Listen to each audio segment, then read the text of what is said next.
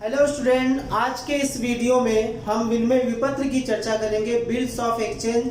Bill of exchange क्या होता है, कितने प्रकार क्या होता है, कितने पक्षकार होते हैं, उसका लेखांकन क्या होता है, इन सब बातों को हम लोग क्रमवार जानेंगे। तो सबसे पहले आइए जानते हैं बिल्स ऑफ एक्सचेंज होता क्या है, विनिमय विपत्र कहते किसे हैं। तो इसको जानने से पहले हमें जानना पड़ेगा सौदों के बारे में। सौदा क्या है, ट्रांजैक्शन क्या है। किसी भी कंपनी में कोई भी गतिविधि होती है, व्यापार को लेकर के, व्यापार के माल को लेकर के कोई चीज बेची जाती है या खरीदी जाती है, या कोई खर्च किया जाता है, या कोई आय प्राप्त की जाती है, ये सब कंपनी के सौदे कहलाते हैं। सौदा। तो देखिए, सौदे दो प्रकार के होते हैं। एक होता है नकद सौदा, एक होता है उधार सौदा। यहाँ पे देखिए हमने लिखा हुआ है नकद सौदा और उधार सौदा। नकद सौदा जो होता है वो नकद में होता है, यानी कोई गतिविधि होती है, कोई एक्टिविटी होती है, कोई सौदा होता है, उसका पैसा तुरंत दे दिया जाता है, जिससे दोनों के बीच में, क्रेता विक्रेता के बीच में कोई संबंध बनता ही नहीं है, किसी बिल की जरूरत ही नहीं पड़ती है, कोई बिल की आवश्यकता ही नहीं है, कोई लिखा पढ़ी की कोई जरूरत ही नहीं है। नकद सौदा जब हमने कर लिया तो किसी बिल की जरूरत नहीं है, क्योंकि हमारा कोई संबंध ही नहीं है, हम आपको पहचानते ही नहीं है, ऐसे कह सकते हैं, क्योंकि आपने पैसा दे दिया, सामान ले लिया। लेकिन जब सौदा उधार होता है तो वहां जान पहचान की जरूरत पड़ती है। हम किसे उधार दे रहे हैं, वो देगा कि नहीं देगा, वो कहीं भाग तो नहीं जाएगा। बहुत सारे ख्याल, बहुत सारे विचार हमारे मन में आते हैं।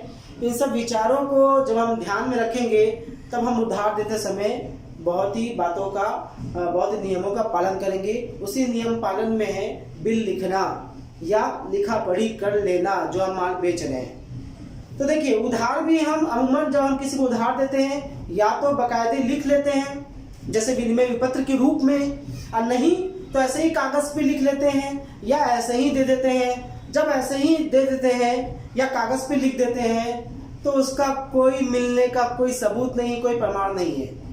वो बंदा हमें पैसा दे भी सकता है, नहीं भी दे सकता, हम कुछ भी नहीं कर सकते। फर्क समझिए, ऐसे उधार देने में और विनिमय विपत्र के माध्यम से उधार देने में क्या फर्क है।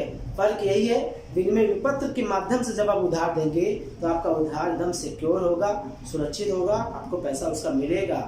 और अगर आप ऐसे ही जान पहचान के आधार पर उधार दे देंगे या ऐसे ही लिख लेंगे बिना उसे बताए, बस लिख लिया, तो ऐसे क्या होगा, वो पैसा अगर चुका देगा तो ठीक ठीक, नहीं चुकाया तो आपको बहुत बड़ा नुकसान हो जाएगा।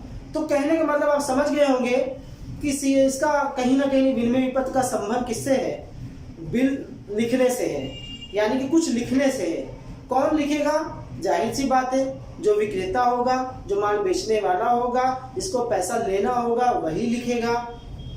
तो इसी के बारे में आज हम चर्चा करेंगे कि कैसे लिखेगा, क्यों लिखेगा, कब लिखेगा, इन सब के बारे में। तो मैं आपको बता दूं विनिमय विपत्र होता क्या है। देखिए, विनिमय विपत्र एक कागज का टुकड़ा होता है।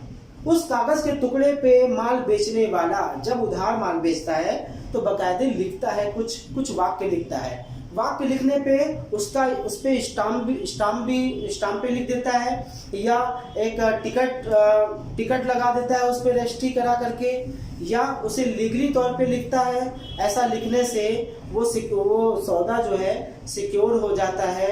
उस पे हस्ताक्षर भी करा लेता है, किससे, क्रेता से, क्योंकि जब तक हस्ताक्षर क्रेता नहीं करेगा तब तक वो बिल वैध नहीं होगा, उसकी कोई गिनती नहीं होगी बिल में। तो बिल में गिनती करने के लिए, उसका फायदा उठाने के लिए हस्ताक्षर बहुत ही इंपॉर्टेंट है। स्वीकर्ता से या जिसने माल खरीदा है उससे हस्ताक्षर कराने पड़ते हैं। तो विनिमय विपत्र होता क्या है। विनिमय विपत्र जब व्यापारी उधार माल बेचता है, उधार माल बेचने के बाद एक बिल लिखता है। बिल में वो क्या लिखता है, वही लिखता है कि मुझे या मेरे आदेशानुसार जितने का आपने उधार लिया है उतना मुझे इतने महीने बाद अदा करे। आदेश देता है कौन, विक्रेता। किसे, क्रेता को। विक्रेता क्रेता को बिल ऑफ एक्सचेंज में बिल लिखते समय आदेश देता है कि मुझे जितना भी आपने राशि मुझसे उधार माल खरीदी है, सामान तो मैंने दे दिया है, ठीक है, तो उस सामान के बदले में जो मुझे पैसा मिलने वाला है वो फ्यूचर में मिलेगा। फ्यूचर में मिलेगा, 4 महीने बाद मान लो मिलेगा, तो 4 महीने बाद जब मिलेगा तब उसके बाद मिलने के बाद हम उस पर विचार करेंगे, ठीक है।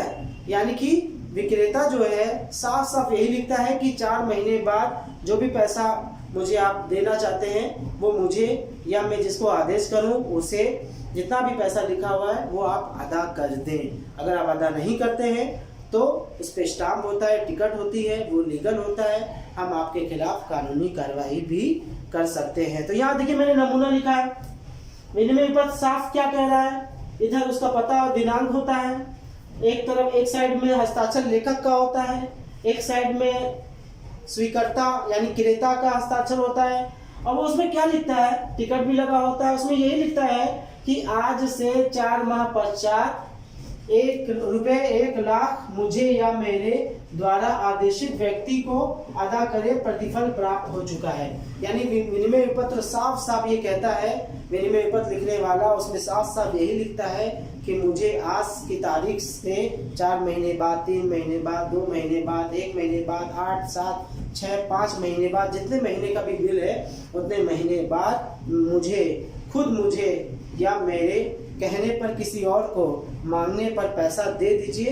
यही इसी बात का उल्लेख किसमें होता है, विनिमय विपत्र में होता है।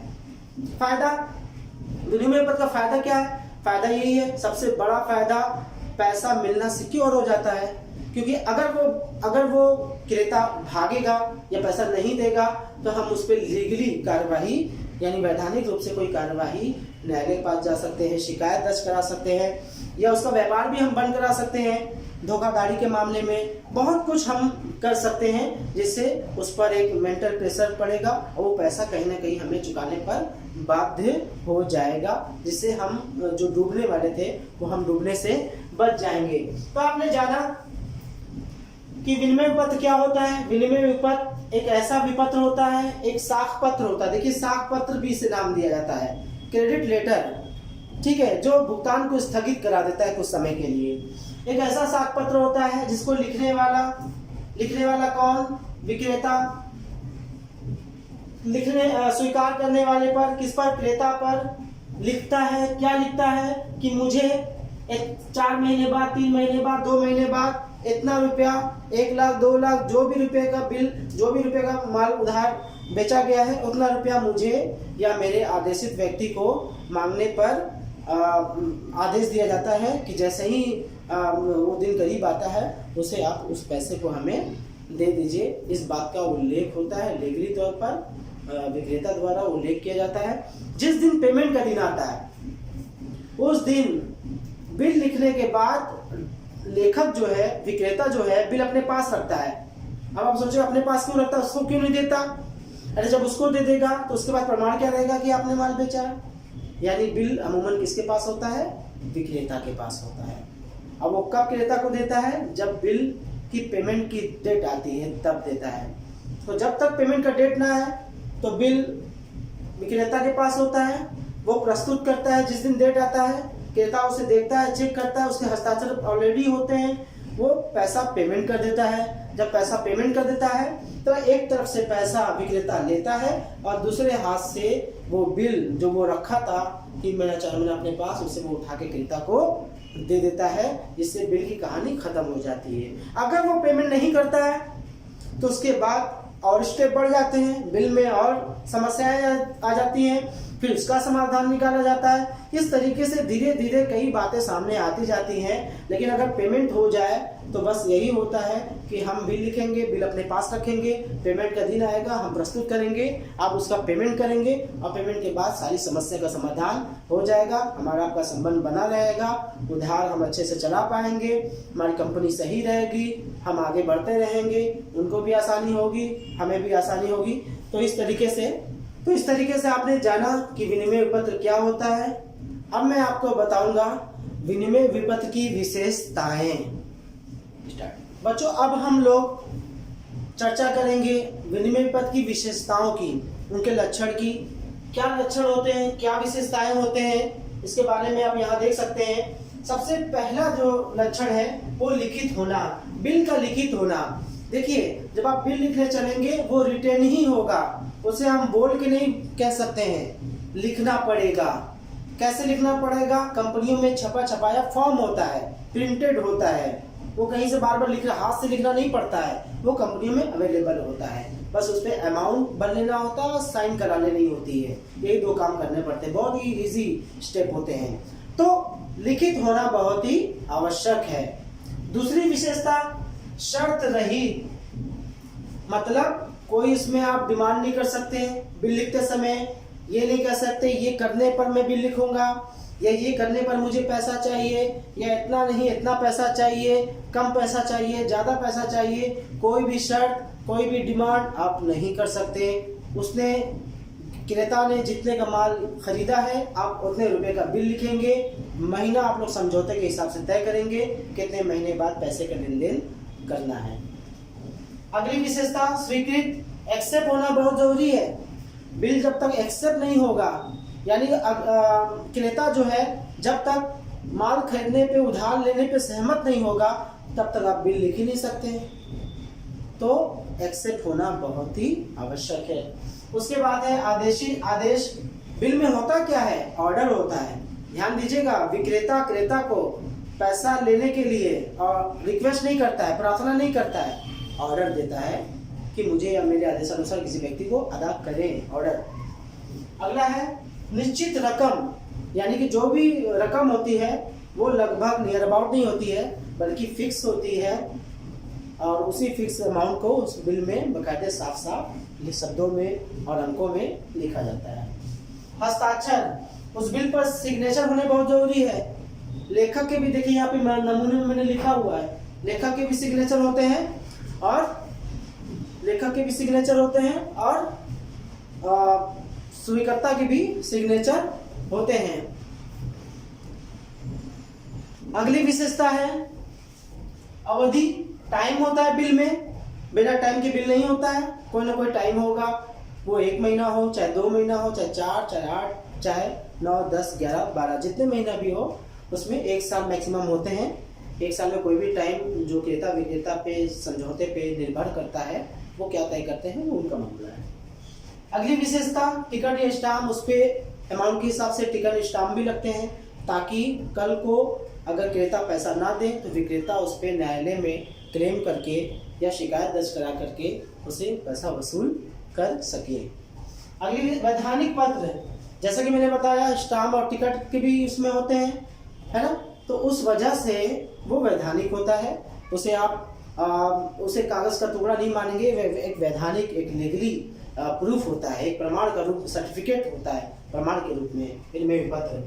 प्रतिफल, मैंने बताया प्रतिफल जब भी लेन देन होता है वस्तुएं तो दे दी जाती है लेकिन पेमेंट नहीं होता है, तो वस्तु प्रतिफल के रूप में दे दी जाती है, यानी वस्तुएं अदा कर दे दी जाती हैं और पैसे बाद में लिए जाते हैं। तो इस तरीके से विनिमय पत्र में बहुत सारी विशेषताएं पाई जाती है। इस विशेषताओं को आपने जाना कि लिखित होना चाहिए, शर्त रहित होना चाहिए, स्वीकृत होना चाहिए, आदेश होता है, रकम निश्चित होनी चाहिए, दोनों के हस्ताक्षर होते हैं, अवधि होती है, टिकट लगते हैं उस पे, वैधानिक होता है, प्रतिफल की बात होती है। इस तरीके से पूरा उसमें सब कुछ शामिल होता है। जब सब कुछ शामिल होता है तो विधिवत वो विनिमय विपत्र का रूप धारण कर लेता है। बच्चों अब हम लोग चर्चा करेंगे विनिमय पत्र को। हमने जाना विनिमय पत्र की विशेषताएं, लक्षण को जाना। अब हम लोग जानेंगे विनिमय पत्र के प्रकार, कितने प्रकार के होते हैं। काफी प्रकार के होते हैं जो यहाँ मैंने लिखा हुआ है। सबसे पहला प्रयोग के आधार पर, जब हम उसका यूज करते हैं विनिमय पत्र का, प्रैक्टिकली जब यूज करते हैं तो दो आधार मिलते हैं, एक दर्शनी विपत्र, एक मुद्दती विपत्र। दर्शनी विपत्र, दर्शन मतलब दर्शन मिलते ही उसका पेमेंट करना है, यानी इस पर टाइम नहीं लिखा होता, यानी ऐसा विनिमय विपत्र जिस पर कोई टाइम नहीं लिखा होता, जिस पे कोई अवधि नहीं लिखी होती, बस आपको वो विक्रेता प्रस्तुत करेगा, आपको उसका पेमेंट करना है, चाहे वो आज करे, अभी करे, कल करे, चाहे जब करे, उसे कहते हैं दर्शनी विनिमय विपत्र। अगला है मुद्दती विपत्र। मुद्दत यानी एक टाइम के बाद जब विनिमय विपत्र इस उद्देश्य से लिखा जाता है, उस पर लिखा भी जाता है टाइम। जब विनिमय विपत्र में टाइम, जैसा कि मैंने अभी नमूने में लिखा था, 4 माह टाइम दिया था, तो वो 4 माह क्या है? मुद्दती विनिमय विपत्र है। यानी जिस विनिमय विपत्र में टाइम का उल्लेख होता है, अवधि का उल्लेख होता है, कुछ अवधि बाद पैसा मिलना तय होता है, तो उसको कहते हैं, जो फिक्स होता है वो बदलता नहीं है, तो ऐसे विपत्र को कहते हैं मुद्दती विनिमय विपत्र। अगला है भुगतान के आधार पर। भुगतान के आधार पर देय विपत्र और प्राप्य विपत्र, यानी जब हम भुगतान करने चलते हैं तो हमारे सामने वही बिल, सेम बिल, दो कैटेगरी बन जाती है। एक प्राप्य बिल, बिल रिसीवेबल, एक देय बिल, बिल पेबल। यानी कि एक ही बिल दो कैटेगरी में डिवाइड हो जाता है। एक बिल रिसीवेबल जिसे बीआर कहते हैं शॉर्ट में, और एक बिल पेबल जिसे बीपी शॉर्ट में हम लोग कहते हैं। यानी बिल रिसीवेबल का सीधा संबंध होता है विक्रेता का, इसका सीधा संबंध होता है क्रेता। यानी सेम बिल वही है, लेकिन जब पेमेंट करने जाएंगे तो ये बिल विक्रेता के पास होता है। मैंने बताया था बिल लिखने के बाद विक्रेता अपने पास रख लेता है। तो जब तक रखा रहता है तब तक वो उसी बिल को क्या कहता है, विनिमय बिल रिसीवेबल, प्राप्य बिल कहता है। बिल वही है लेकिन उसको एक नाम दिया जाता है। यानी जब हम खाता बुक में शो करेंगे अपने विनिमय विपत्र को, बैलेंस शीट में, संपत्ति में, ये संपत्ति होती है। क्या होती है? ये संपत्ति। ये बीआर जो है वो क्या माना जाता है? संपत्ति। ये जो बिल पेबल है वो क्या है? दायित्व। ये देखिए, यानी एक ही बिल एक पक्ष के लिए, विक्रेता के लिए संपत्ति है और दूसरे पक्ष के लिए, क्रेता के लिए क्या है? दायित्व है। यानी वो शो करता है बैलेंस शीट के लायबिलिटी में कि मुझे पैसा देना है, और विक्रेता शो करता है बैलेंस शीट के एसेट में कि मुझे पैसा लेना है। ठीक है, तो उसको वो बिल रिसीवेबल के नाम से पुकारता है विक्रेता, और क्रेता जब उसका पेमेंट करता है तो बिल पेबल के नाम से उसे पुकारता है। तो ये बात हो गई। अब इसके बाद देखिए व्यापार के उद्देश्य के आधार पर, यानी किस उद्देश्य, यानी जब हम बिल लिखते हैं तो उसके पीछे एक पर्पस होता है। क्या हम व्यापार कर रहे हैं, क्या व्यापार नहीं कर रहे हैं। जब हम व्यापार कर रहे हैं यानी हमारा व्यापारिक संबंध है, हम व्यापार के पर्पस से बिल लिख रहे हैं, यानी वास्तव में आपने मुझसे माल खरीदा है, मैंने बेचा है उधार, तो ऐसे कंडीशन में जो बिल लिखा जाता है उसे कहते हैं व्यापारिक बिल, कमर्शियल बिल। और ऐसा उद्देश्य जिसमें व्यापार करना उद्देश्य नहीं है, तो और क्या उद्देश्य हो सकता है? मदद। यानी जब एक व्यापारी दूसरे व्यापारी की मदद करना चाहता है, बिल के माध्यम से वित्तीय मदद, वित्तीय सहायता देना चाहता है, इस उद्देश्य से बिल लिखता है, वो उद्देश्य उनके माइंड में होता है, दोनों के माइंड में होता है। ये हम नहीं जान सकते, ना कोई थर्ड पर्सन जान सकता है। अब उनके माइंड में क्या चल रहा है वो वही बता सकते हैं। तो उनके माइंड में ये चलता है कि हमें मदद करनी है, तो मदद के उद्देश्य से जो बिल लिखा जाता है उसे कहते हैं अकोमोडेशन बिल, अनुग्रह विपत्र। ठीक है, तो उद्देश्य के आधार पर दो प्रकार के बिल है, व्यापारिक बिल, जब हम बिल लिखने जाते हैं तो व्यापारिक बिल, और अनुग्रह बिल। व्यापारिक बिल व्यापार करने के उद्देश्य से लिखा जाता है, और अनुग्रह बिल व्यापार करने के उद्देश्य से नहीं बल्कि मदद करने के उद्देश्य से लिखा जाता है। ऐसे बिल को कहते हैं अनुग्रह बिल। और एक बात, मदद कैसे होती है इसके बारे में चर्चा कर लेते हैं। सपोज दैट दो व्यापारी है ए और बी। ए विक्रेता है, बी जो है वो क्रेता है। ए ने बी को 1 लाख का माल बेचा है, 4 माह का समय है उसमें। यानी ए ने बी को माल बेचा 1 लाख रुपए का, 4 माह का टाइम है उसमें। तो अब बी क्या करेगा? ए बिल लिखने के बाद बिल जो है ए के पास आ जाएगा, बी उसे एक्सेप्ट कर लेगा, बी एक्सेप्ट करने के बाद ए को दे देगा। ए क्या होगा? बैंक से भुना लेगा, यानी बैंक से जाकर के, यानी विक्रेता जो है इस बिल को बैंक में दे करके उसे भुना लेगा। यानी कि उसे जैसे चेक भुनाया जाता है वैसे बिल को भी भुनाया जा सकता है बैंक में। बैंक कुछ डिस्काउंट लेते हैं, जैसे 100 रुपये का बिल है तो आपको 90 रुपये वो दे सकता है, 10 रुपये वो काट सकता है। तो इस तरीके से जब विक्रेता चाहता है कि पैसा मुझे चाहिए, मैं टाइम तक इंतजार नहीं कर सकता, तो बिल भुना भी लेता है। तो भुना करके विक्रेता जो है पैसा बी को भेज देगा। पैसा भुनाया, बिल लिखा गया, कोई सौदा हुआ नहीं था, बिल ऐसे ही लिखा गया, बिल लिखा गया, कोई लेन देन नहीं हुआ। बिल लिखने के बाद बिल भुना भी जा चुका। अब बैंक को क्या पता कि किस उद्देश्य से बिल लिख के आया है, वो तो पैसा देगा ही देगा। पैसा आ गया, फिर उसने क्या किया? पूरा पैसा किसको भेज दिया? क्रेता को भेज दिया, क्रेता ने अपना काम किया, काम करने के बाद जब बिल का पेमेंट का दिन आया 4 महीने बाद, तो क्रेता ने विक्रेता को अपने पैसे अदा कर दिए। यहाँ पे बैंक बीच में आ गया, तो पैसा किसे मिलेगा? बैंक को मिलेगा, यानी क्रेता फाइनल में 4 महीने बाद बैंक को पैसा अदा कर देगा। इस तरीके से बिल की कार्यवाही समाप्त हो जाएगी और मदद भी हो जाएगी, जबकि कोई सौदा कोई लेन देन लोगों के बीच में नहीं हुआ था। दोनों दोस्त थे, दोनों व्यापारी वर्ग थे और दोनों दोस्त थे, एक दूसरे की मदद करना चाह रहे थे, तो मदद हो गई। तो इस तरीके से अनुग्रह बिल का सिस्टम है, ऐसे किया जाता है। इसके बाद अब हम लोग चर्चा करेंगे विनिमय विपत्र के पक्षकार। बच्चों अब हम लोग चर्चा करेंगे विनिमय विपत्र के पक्षकार की। कितने साइड होते हैं? तो एक बिल को लेकर के 3 पक्षकार होते हैं, 3 लोग सामने आते हैं। पहला पक्षकार जिसे विक्रेता कहा जाता है, जिसे लेखक भी कहा जाता है, जिसे लेनदार भी कहा जाता है, या बिल लिखने वाला भी कहा जाता है। उसकी इंग्लिश होती है ड्रावर। और दूसरा पक्षकार है क्रेता, स्वीकर्ता भी कर सकते हैं, आई भी कह सकते हैं, उसकी इंग्लिश है ड्रावी। और तीसरा पक्षकार पाने वाला, अमाउंट, पैसा किसे मिलेगा? जो भी पैसा बिल की राशि पाएगा उसे कहेंगे पाने वाला। तो 3 पक्षकार होते हैं बिल के, विनिमय विपत्र के। एक ड्रावर जो माल बेचता है, जो बिल लिखता है, जो उधार माल बेचता है, जो पैसा देता है, उसे ड्रावर कहते हैं।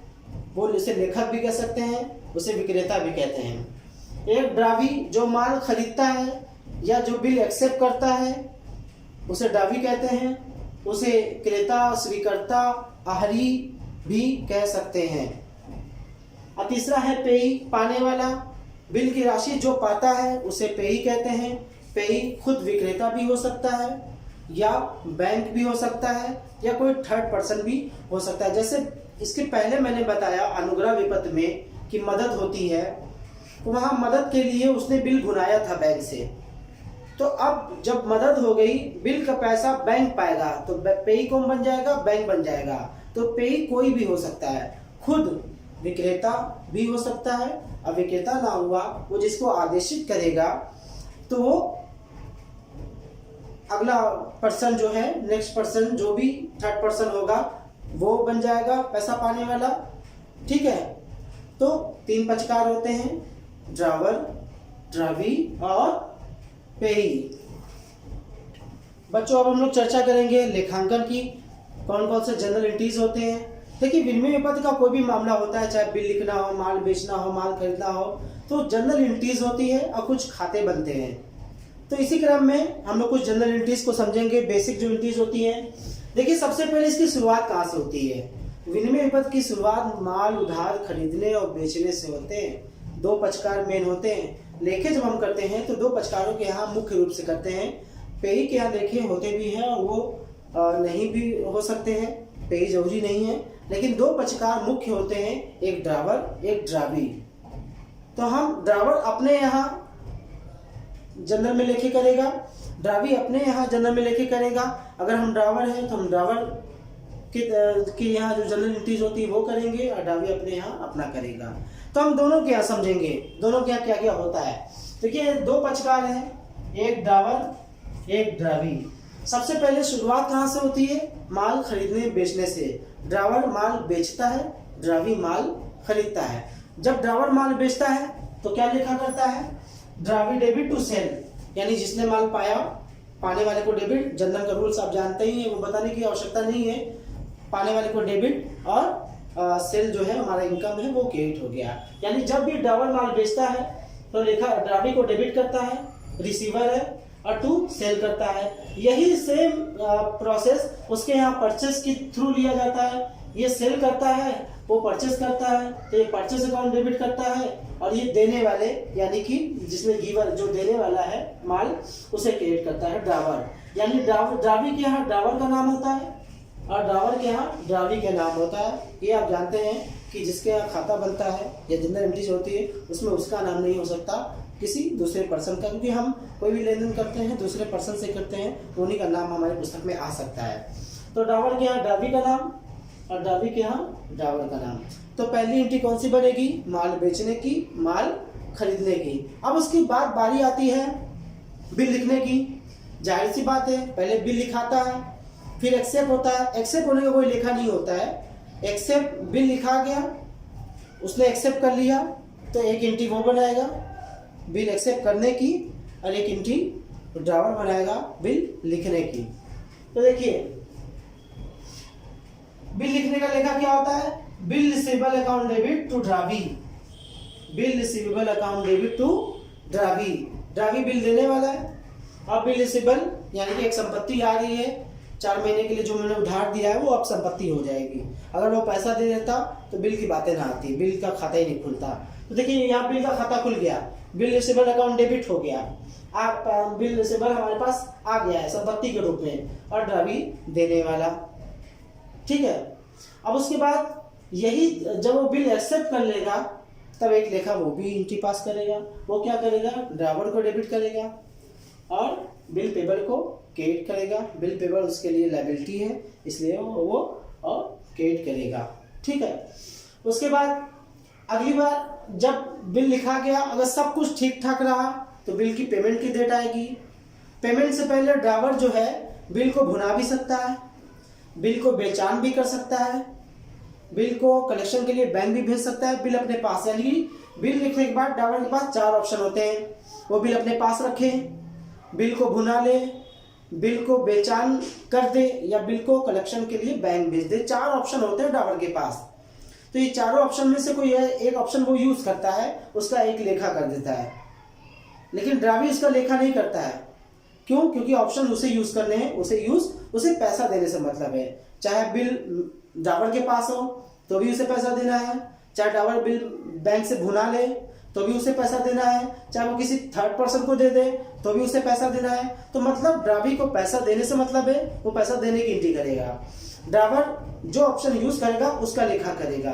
तो 4 ऑप्शन में से हमने मान लिया है कि बिल उसके पास ही है, तो बिल उसके पास होने का कोई लेखा नहीं होता है। तो अब पेमेंट की बारी आएगी, तो पेमेंट की बारी आएगी तो पेमेंट ये पाएंगे ड्रावर। तो पेमेंट पाने का लेखा होगा cash account debit to BR, पैसा आ गया, और BR हमारा जो है, जो संपत्ति हमारे पास पड़ी हुई थी बिल के रूप में, बिल रिसीवेबल के रूप में, वो चली गई। आइए DP बिल पेबल उनके पास आ गया और कैश उनके पास से चला गया।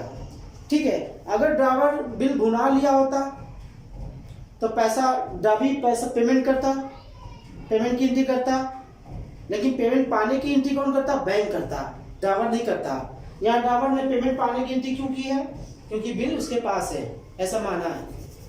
अगर बिल भुना लिया होता, बैंक के पास चला जाता, तो पेमेंट की एंट्री कौन करता, पाने की बैंक करता, और देने की एंट्री कौन करता, ड्रावी करता। बिल अगर ड्रावर जो है C को देता, अपना बिल उठा के थर्ड पर्सन को दे देता, तो पैसा कौन पाता, थर्ड पर्सन। पाने का लेखा कौन करता, थर्ड पर्सन। देने का लेखा कौन करता, ड्रावी। ड्रावी तो देने का लेखा करेगा ही करेगा। पाने के लेखे में दिक्कत है, कौन पैसा पाएगा। मैंने बताया था 3 पक्षकार होते हैं, ड्रावर, ड्रावी, पेई। और ये भी बताया था पेई कोई भी हो सकता है, पेई ड्रावर भी हो सकता है, और पेई कोई थर्ड पर्सन भी, बैंक भी हो सकता है, थर्ड पर्सन भी हो सकता है। तो जो भी ऑप्शन ड्रावर प्रयोग करता है, उस ऑप्शन के तहत जो भी पैसा पाता है वो पाने का लेखा करता है। ड्रावर भी कर सकता है और कोई भी और भी कर सकता है। तो इस तरीके से मैंने आपको बिल के स्टार्टिंग से लेकर के बिल के एंडिंग तक आपको मैंने पूरी बात बताने की कोशिश की इस एक वीडियो में। आई होप आप लोग को समझ में आया होगा। तो मैं उम्मीद करता हूँ आप लोग समझे होंगे मेरी बातों को। ठीक है, थैंक यू सो मच।